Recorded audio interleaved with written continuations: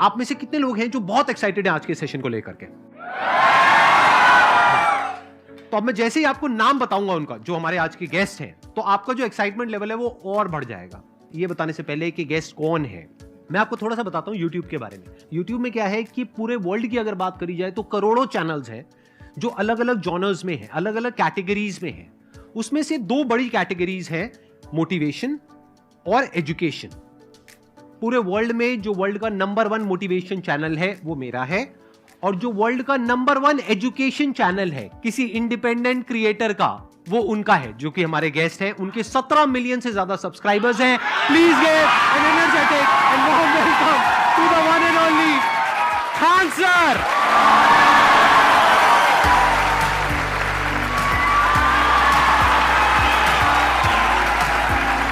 क्या हाल चाल जी, कैसे हैं आप?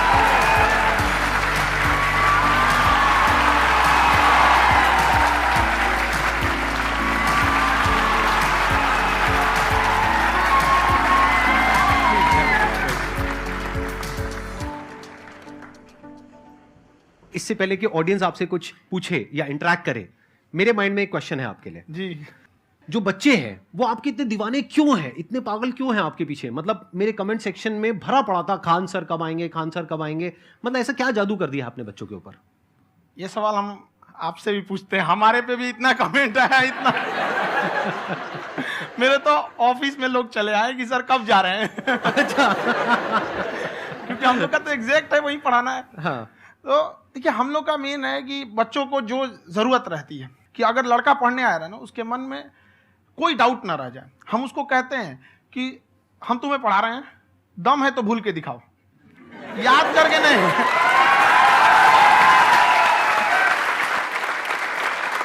प्लस आप जिस प्राइस पॉइंट पे पढ़ा रहे हैं, आई थिंक वो सबसे कम है, वो बहुत ही कम है। सर ये जो फीस का कल्चर है, ये हमारा इंडियन कल्चर नहीं है। हमारा इंडियन कल्चर गुरु दक्षिणा है, उस हिसाब से वो सही है। ऑक्सीजन जैसे जिंदगी के लिए जरूरी है, वैसे एजुकेशन जरूरी है। कोई ये नहीं कह सकता है कि पैसे की वजह से वो खान सर के यहाँ से लौट गया। क्या बात है।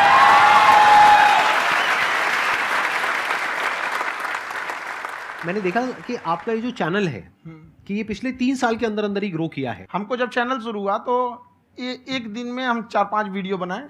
एक हमको कुछ आता, आज भी नहीं आता इतना, तो हम देख के कैमरा उमरा तो हम कंफ्यूज हो गए, बाप रे। तो हम एक ही दिन में वीडियो शूट किया, पढ़ाने वाला टॉपिक था हमको। उसके बाद कभी वीडियो नहीं, 6-7 वीडियो एक ही बार शूट कर लिए। और एक जो थे जिनका कैमरा वगैरह था, मेरे पास कैमरे भी नहीं थे उस टाइम, और कैमरा 35,000 का था। तो 6 महीना इसी में लग गया, जो 35,000 इसी में फंस जाएगा। तो उनके कैमरे से शूट किए, उन्होंने कोई चार्ज लिया। उसके बाद हम छोड़ ही दिए। लॉकडाउन लगा, तब हम कहें आप कैसे पढ़ाएंगे? वो तो 1 दिन 2 दिन करते करते अचानक लंबा हो गया। तब हमको याद आया कि ओहो, मेरा एक चैनल भी है वहाँ पे। तो उस समय उस पर लगभग 30,000 सब्सक्राइबर हो चुके थे। तो जैसे लॉकडाउन लगा तो उस पर पढ़ाना चालू किया, और पता नहीं क्या लोगों को पढ़ाई में इतना इंटरेस्ट आ गया कि आपका स्टाइल ऐसा है थोड़ा सा। आप आई थिंक पढ़ाई के साथ साथ में जो बीच बीच में आप थोड़ा बहुत छोड़ते रहते हैं ना, मतलब जो एंटरटेनमेंट चलता रहता है। ये बात हम देखिए, जब हम गुलाम थे ना, तो अंग्रेजों ने एक चाल चला था कि भारत को हम फिजिकली गुलाम रखेंगे 100-200 साल, मेंटली 1000 साल कर देंगे। उन्होंने पढ़ाई का मॉडल चेंज कर दिया। उन्होंने ऐसा डिजाइन किया कि ये टीचर की रिस्पॉन्सिबिलिटी है, वो पढ़ा के चला जाए। टीचर की रिस्पॉन्सिबिलिटी यहाँ खत्म नहीं हो जाती। पढ़ाना तो कोई भी पढ़ा सकता है, टीचर की इससे बड़ी रिस्पॉन्सिबिलिटी होती है उसे समझाना। वो समझा कि नहीं समझा। अगर लड़का आपके समझाने के बाद डाउट रह गया तो ये आपकी गलती है। लड़का हमसे पूछता है सर इतनी भीड़ है आपके पास, तो कहे सर डाउट कैसे पूछेंगे? हम कह रहे यार तुम्हारा डाउट बचेगा तब ना पूछेगा तुम डाउट यहाँ पे।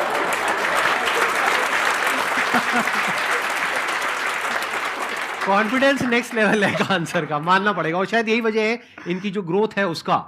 किसी ने शायद सपने में भी नहीं सोचा होगा कि पिछले 2 साल के अंदर अंदर जो आपके चैनल की ग्रोथ हुई है, जैसे आप खुद ही बता रहे हैं कि लॉकडाउन के टाइम पे आपके 30,000 के करीब सब्सक्राइबर्स थे, आज की डेट में 17 मिलियन है। और मेरा एक क्वेश्चन और है, इससे पहले कि ऑडियंस में से आपसे कोई क्वेश्चन पूछे, कि कई बार आप ऐसे भी टॉपिक्स टच करते हैं जो थोड़े से कंट्रोवर्शियल हैं या थोड़े से सेंसिटिव हैं, जिसके ऊपर बात करने की हिम्मत आई थिंक बहुत ही कम लोगों में है। तो आपको कभी ये नहीं लगता है कि कहीं ज्यादा तो नहीं हो रहा है, इसको थोड़ा रोक देते हैं, थोड़ा कम कर देते हैं? क्योंकि कोई लाइन ही नहीं है वैसे तो बोलने को, तो आप कुछ भी बोल दो, कितना भी बोल दो। हुई है कंट्रोवर्सी बहुत बार। एक्चुअली बचपन से हमको फौज में जाना था, और फौज वालों के लिए ये सब मायने नहीं रखता। उसको करना है मतलब करना है, तुम सामने कुछ भी रहो, डजंट मैटर।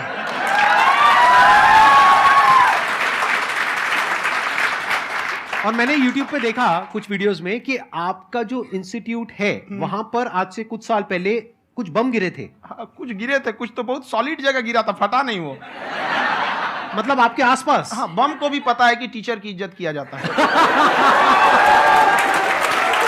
क्या बात है, क्या बात है। मैं समझ पा रहा हूं कि ये आपके अंदर जो एटीट्यूड है ये कहां से आ रहा है, क्योंकि आप बचपन से ही फौज में जाना चाहते थे, तो आप जंग के मैदान में ही खड़े हैं एक तरीके से। बस फर्क ये है कि आपके हाथ में कलम है, हथियार ना हो करके। हथियार से एक आदमी की जान जा सकती है, हाँ। कलम से बहुत ताकत होता है। शिक्षा एक ऐसा हथियार है ना, हर कुरीतियों से लड़ सकता है, हर तरह की समस्याओं से। और ये एक ऐसा हथियार है, मेटल डिटेक्टर में भी नहीं पकड़ाता है।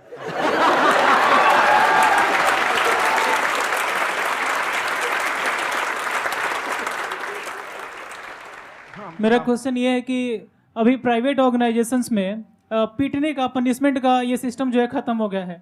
हम आपके वीडियो में देखे हैं सर कि आप एक बड़ा सा रोल रखे रहते हैं, पुलिस वाला लाठी है वो, पुलिस वाला लाठी है, और स्टेज पे बुला के बच्चों को उसी से धुनाई शुरू कर देते हैं मस्त एकदम से, है ना। तो सर मतलब कि बच्चे मतलब कि डरते नहीं है आपसे, और इस तरीके से कैसे कनेक्टेड हैं आपसे, है ना। और एक और क्वेश्चन सर, यूपीएससी का जो आप अपना बैच स्टार्ट करने वाले हैं, ठीक है, उसके बारे में बताइए सर, क्योंकि मुझे मतलब उस चीज को करना है सर, ठीक है। और संदीप सर को देख लिए, मेरा तो वैसे ही हो जाना है।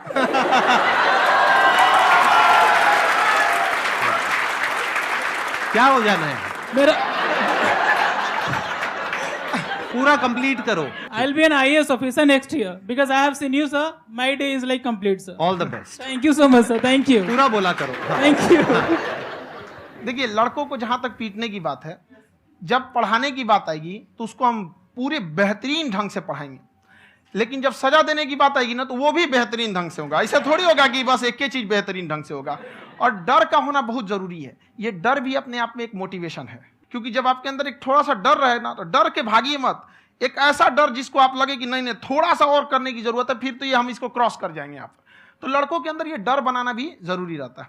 और रही बात यूपीएससी वाले की, जो आपने बोला, बहुत सारे लड़के वेट कर रहे हैं यूपीएससी की, क्योंकि 2-2.5 लाख फीस सारे लोग एफोर्ड नहीं कर सकते। और हमारा वही रहता है, हम तो ज्यादातर हमारे स्टूडेंट देखेंगे तो किसी के रिक्शा वाला, सब्जी वाला, यही लोग, इनको तो 2.5 लाख रुपया इनके पास पूरी संपत्ति नहीं होती है, फीस कहाँ से भरेंगे वहां पे, उसके बाद रहेंगे कहाँ से। तो ऑल ओवर इंडिया से, कश्मीर से कन्याकुमारी तक, गरीब से गरीब भी लड़का उसको पढ़ सकता है। यही कुछ 1000 रुपये मंथली, 12-14 हजार साल का पड़ेगा, खत्म हो जाएगा इतना में।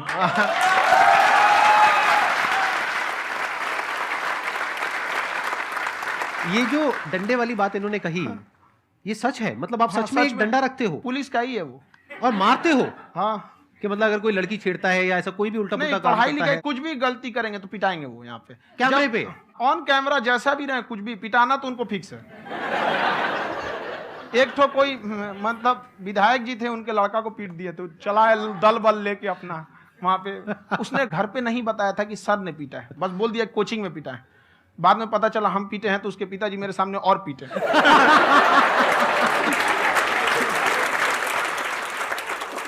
सर आपका सबसे बड़ा डर क्या है, आप दोनों का? फौजी को डरे नहीं लगता है। बाकी अब सर से पूछिए। आज के सेशन से पहले कोई डर नहीं था, लेकिन अब मुझे इनकी डंडे वाली कहानियां सुन करके डर लग रहा है कि कहीं मैंने गलती से कुछ बोल दिया और इन्होंने कहीं पीछे कुछ रखा हुआ है, और यही आ करके अगर इन्होंने मेरी पिटाई कर दी तो बहुत बुरा हो जाएगा। तो इसलिए हमको थोड़ा डर लग रहा है।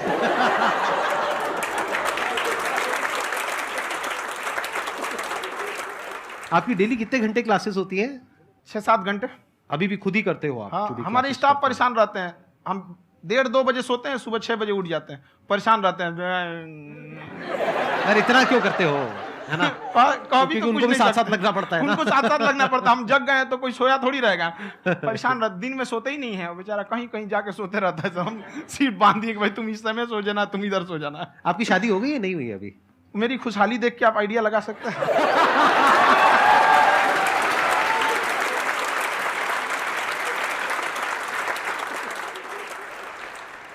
First of all I would like to say sir thank you so much to you and to your team कि आपने मुझे यहाँ आने का मौका दिया। एंड सर अब तक मैंने आपको सिर्फ फ़ोन या लैपटॉप में ही देखा है दोनों को, आज फर्स्ट टाइम लाइव देख रही हूँ तो बहुत अच्छा लग रहा है। तो मेरा क्वेश्चन ये है सर आपसे जब हम लाइफ में कोई डिसीज़न लेते हैं कि हमें ये पर्टिकुलर चीज़ करनी है, और क्योंकि हम डिसीज़न लेते हैं तो हमारी आदत है कि पहले हम 4 लोगों से पूछते हैं कि तू बता तेरी क्या राय है, तू बता तेरी क्या राय है। तो उनमें से अगर कोई हमें कह देता है कि ये बेकार डिसीज़न है मत कर, तो हमारा माइंड कहीं ना कहीं डाइवर्ट होने लगता है और उसकी वजह से हम अपना डिसीज़न चेंज कर देते हैं। तो मेरा क्वेश्चन ये है कि कैसे हम अपने डिसीज़न पे स्टिक रहे, कैसे हम जो दूसरे के ओपिनियन है उनको अफेक्ट ना होने दें अपने ऊपर। दूसरे से सलाह लेने से पहले एक बार खुद उस पर रिसर्च कर लेना चाहिए, ताकि आप सामने वाला क्या सलाह दे रहा है आपको समझ में आना चाहिए। यहाँ पर ऐसा नहीं है कि कई बार ऐसे होते हैं कि दूसरे वाले को एक्सपीरियंस होता है, तो अगर आपको पहले से आइडिया है, उसके बारे में आप बेहतरीन ढंग से रिसर्च किए हैं कि क्या इसमें प्लस पॉइंट है क्या निगेटिव है, उसके बाद आप किसी से सलाह लेने जाइए। ये नहीं कि मन में आया सीधा बता गड़बड़ा जाएगा। तो वहाँ पे पहले आपको R&D करना पड़ता है, समझ में आया कि नहीं। और जिंदगी हो या गाड़ी, जीतेगा वही जो टाइम पे गियर चेंज कर रहा है। तो डिसीजन चेंज करना बहुत ज़्यादा गलत नहीं है।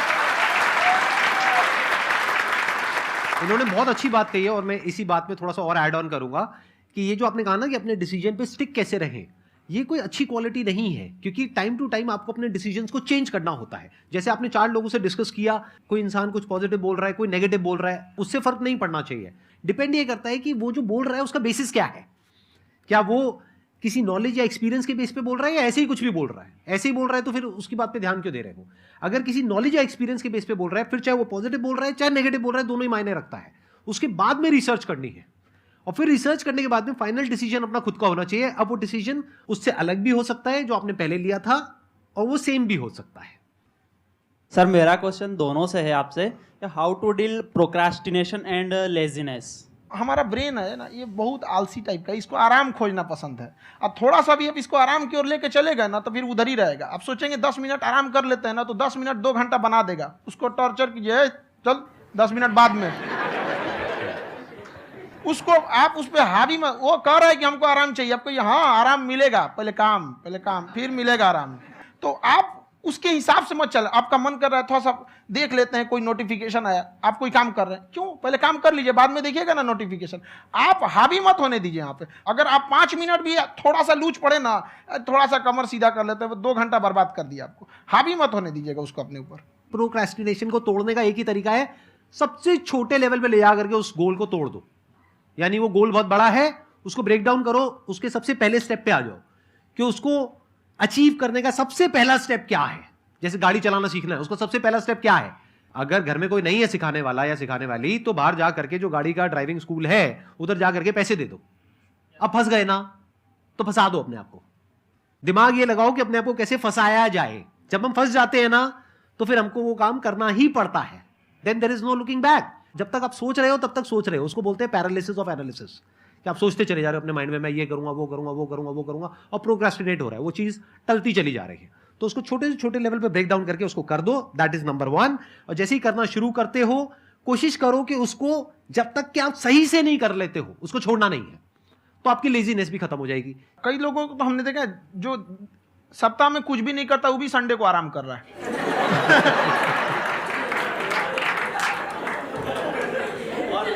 वैसे कहा भी जाता है कि अगर कोई काम आपको करवाना है ना तो ऐसे किसी इंसान को दो जो बिजी है। हाँ। ऐसे आदमी को मत दो जो खाली है। ये परफेक्ट एग्जाम। किसी को भी आप देखिएगा जिसको आप कहते हैं कि मतलब थोड़ा ठीक ठाक आप समझते हैं कि नहीं ये बहुत आगे निकल, वो एक काम को खत्म करने के बाद कभी आराम नहीं करेगा। एक काम खत्म हुआ उसको लगेगा हाँ एक खत्म हो गया, अब दूसरा करना चाहिए। और वही जिसको देखिएगा एक खत्म हो गया और आराम करना चाहिए, कभी नहीं, लाइफ में आखिरी सांस तक। सर यहाँ पे सब हिंदी में पूछते हैं, इंग्लिश में पूछते हैं, मैं भोजपुरी में पूछूं? जौन भाषा ठीक लगे तोने में पूछ दो। हाँ सर।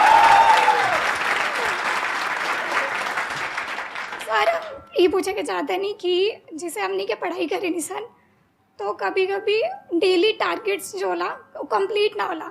अगर टारगेट्स कंप्लीट भी होला तो फिर ऐसा इरिटेशन या फिर वो एंजाइटी या फिर कि और करना है या फिर अभी नहीं हुआ, वो चीज़ हमेशा रहेला। तो वो कम कैसे करल जाए?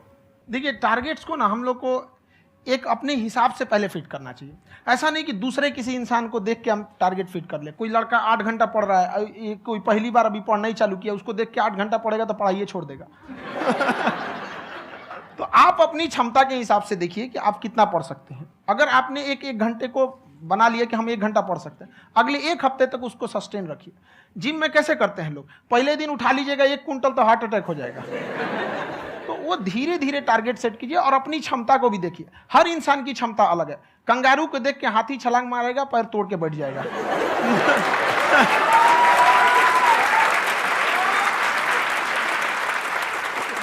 अब संदीप सर का मोटिवेशन देख के इसका मतलब क्या कि ट्रेन के आगे खड़ा हो जाएंगे, ढकेल देंगे तुमको। हालांकि ऐसा कर देते हैं, लेकिन ऐसा करिएगा लोग नहीं, क्षमता पता होना चाहिए। आपके अंदर एंजाइटी हो रही है कि मैंने कर तो लिया है, आप ये नहीं कह रहे कि मैंने कुछ भी नहीं किया है फिर मेरे को एंजाइटी हो रही है, आप ये कह रहे हो मैंने काफी कुछ कर लिया है फिर भी एंजाइटी हो रही है कि कहीं कुछ छूट तो नहीं गया है।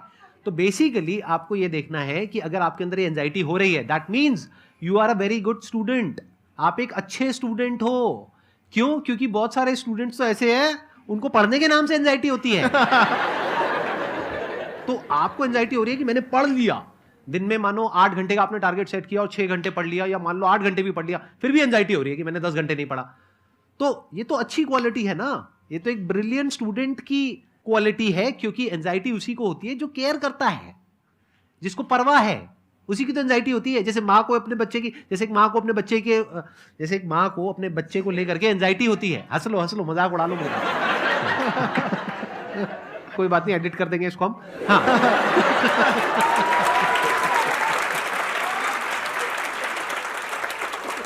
जैसे एक माँ है, उसको अपने बच्चे को लेकर के एंजाइटी होती है, थोड़ी सी भी तबीयत खराब हो जाए उसको एंजाइटी होती है, चाहे बच्चा ठीक भी है, डॉक्टर को नहीं होती है।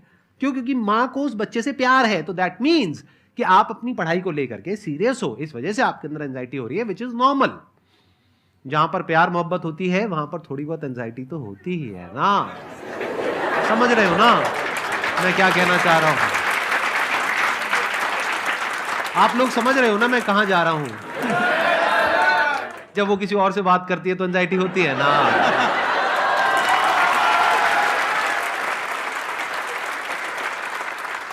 सर, आपकी स्टोरी हमने सुनी थी, तो एक टाइम आया था जब आप गंगा किनारे जाके बैठ गए थे, उस समय आपको कुछ समझ नहीं आ रहा था। तो उस समय मतलब आपने ये डिसीजन कैसे लिया कि अब आगे नहीं, यहाँ से वापस जाना है? रास्ता ही नहीं था। घर जाने के लिए एटलीस्ट 90 रुपए चाहिए थे, जेब में 40 रुपए थे, कैसे घर जाते हैं?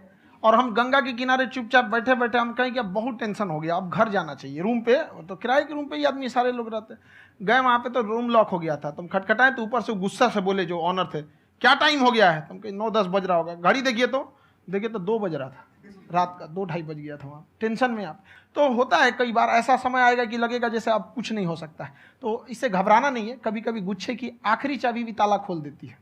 जो बातें आपने बताई कि घर में प्रॉब्लम्स ये वो, ये तो बहुत लोगों ने फेस करी वहां पर, आप अकेले नहीं है, बहुत लोगों ने ये प्रॉब्लम्स फेस करी, बहुत तरह की प्रॉब्लम्स देखी, बहुत तरह की स्ट्रगल्स देखी, लेकिन वो सब इतने कामयाब नहीं हो पाए जितने कि आप हुए। तो आपके अंदर ऐसा कुछ ना कुछ है जो औरों के अंदर नहीं है। तो वो मैं जानना चाह रहा हूं कि वो ऐसा क्या था जहां से कि आपका दिमाग यहां तक सोच पा रहा है कि मैं पूरे इंडिया में इतने बड़े लेवल का चेंज लेकर के आ सकता हूं, एजुकेशन फील्ड में रेवोल्यूशन लेकर के आ सकता हूं। ये सोचना ही बहुत लोगों के बस का नहीं है। मेरी एक खुद की थिंकिंग, अगर हमको कोई 100 रुपए किसी काम के लिए दिया, हम सबसे यही कहते हैं, तो हम कोशिश करते हैं उसे 200 का रिटर्न दे। अगर कोई हमसे 200 रुपया फीस दे रहा है, 250 दे रहा है, तो हम उसको ये कोशिश करते हैं कि तुम्हें ऐसा लगे कि नहीं भैया हमने 10-20 हज़ार का पढ़ लिया यहाँ पर। वो ईमानदारी से कभी कमी नहीं। और हमेशा अगर हम प्रॉमिस एक्स का करते हैं तो डिलीवर 4x करना चाहते हैं। ध्यान से सुनना और ध्यान से समझना इस फर्क को, अगर आप समझ पाए तो बहुत आगे जाओगे लाइफ में। एक वो होते हैं जो ये सोचते हैं कि हमें सब कुछ मिल जाए, हमें कुछ भी करना ना पड़े। दूसरी कैटेगरी होती है लोगों की जिनको जितना मिलता है उसमें भी चोरी चकारी करते हैं या कोशिश करते हैं कि उससे कम दे सामने वाले को जितना कि हमें मिल रहा है। तीसरी कैटेगरी होती है लोगों की, जो इनके जैसे लोग होते हैं, वो क्या करते हैं, वो ये सोचते हैं कि अगर मैंने किसी से 1 रुपए भी लिया, देखा जाए तो 200-250 रुपए कुछ भी नहीं होता है, 200-250 रुपए अगर मैंने लिया तो कैसे उसको 400 रुपए की वैल्यू दूं। ये जो थिंकिंग है ना, यही एक फर्क होता है एक ऐसे इंसान में जो बहुत आगे निकल जाता है और उस इंसान में जो मीडियोकर रह जाता है। आप अपने आप को अपने आप के ऊपर समय दीजिए, उसको डेवलप कीजिए। जब आप अपने आप के ऊपर खर्च करते हैं तो आने वाले समय में लोग गूगल पे आपको सर्च करते हैं। क्या बात है सर, ये आपने अभी बनाया है या ये कोई पुराना आपका वो है? बनते रहता है इसे, फ्लो में बन जाता है। आपके अंदर ना सर एक कवि छुपा हुआ है कहीं ना कहीं जो बाहर आना चाहता है। कभी ना कभी आपने सोचा होगा कुछ। हाँ, कभी कभी देखिए, एक चीज है, संगत का बहुत अच्छा असर पड़ता है। ये चीज को हमेशा, संगति का मतलब लोग हल्के में ले लेते हैं। संगति का मतलब होता है संग संग गति। तो अच्छे लोग के साथ रहेंगे तो संग संग अच्छी गति होती जाएगी, खराब में रहेंगे तो ये भी होता है। बट अपने आप को थोड़ा सोचना चाहिए कि हम केवल जी के मर जाएं इसके लिए नहीं आए हैं। लोग कहते हैं कि सर नाम क्यों नहीं बताते अपना। हमारी एक ही सोच है कि जाने के बाद इस दुनिया से हमको मतलब एक चीज देना चाहते हैं स्टूडेंट्स को, कि वो याद करें कि इस पैसे की भाग दौड़ की दुनिया में हर कोई दोनों हाथ से लूटने में लगा है खाली हाथ जाने के लिए। ये सबको लगा है। तो हर कोई को ये सोचना चाहिए कि था कोई इंसान जो इतने कम फीस में इतनी शिक्षा जो महंगी थी, जो कमाने का रास्ता था, उसको भी एकदम कंपटीशन इतना कर दिया कि अब लोगों को अपनी फीस बढ़ाने में डर लगता है कि अरे यार, लड़का कमेंट करता है कि खान सर इतना ले रहे हैं, आप बहुत बड़ा टीचर हो गए।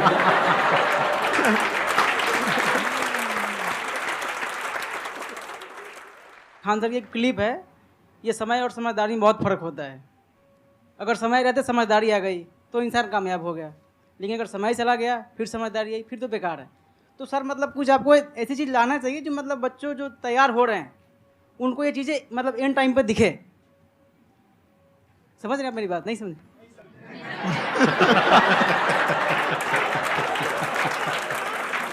यही होता है सर, सर का मोटिवेशन ज्यादा हो जाता है। जब आप स्ट्रगलिंग फेज में हैं तो कम से कम चीजों को अपने ऊपर खर्च कीजिए, ज्यादा से ज्यादा सीखने में खर्च कीजिए। अगर आपको राजा बनने का शौक है तो गुलाम की तरह मेहनत करना सीखिए, तब राजा बनेंगे।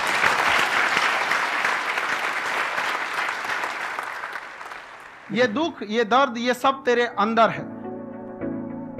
तू अपने बनाए इस पिंजड़े से बाहर निकल के देख, तू अपने आप में एक सिकंदर है।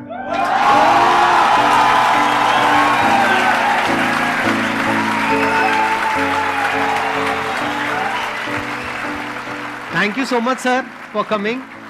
बहुत मजा आया मेरे को आपके साथ में इंटरेक्ट करके। आई एम श्योर आप लोगों को भी बहुत मजा आया होगा।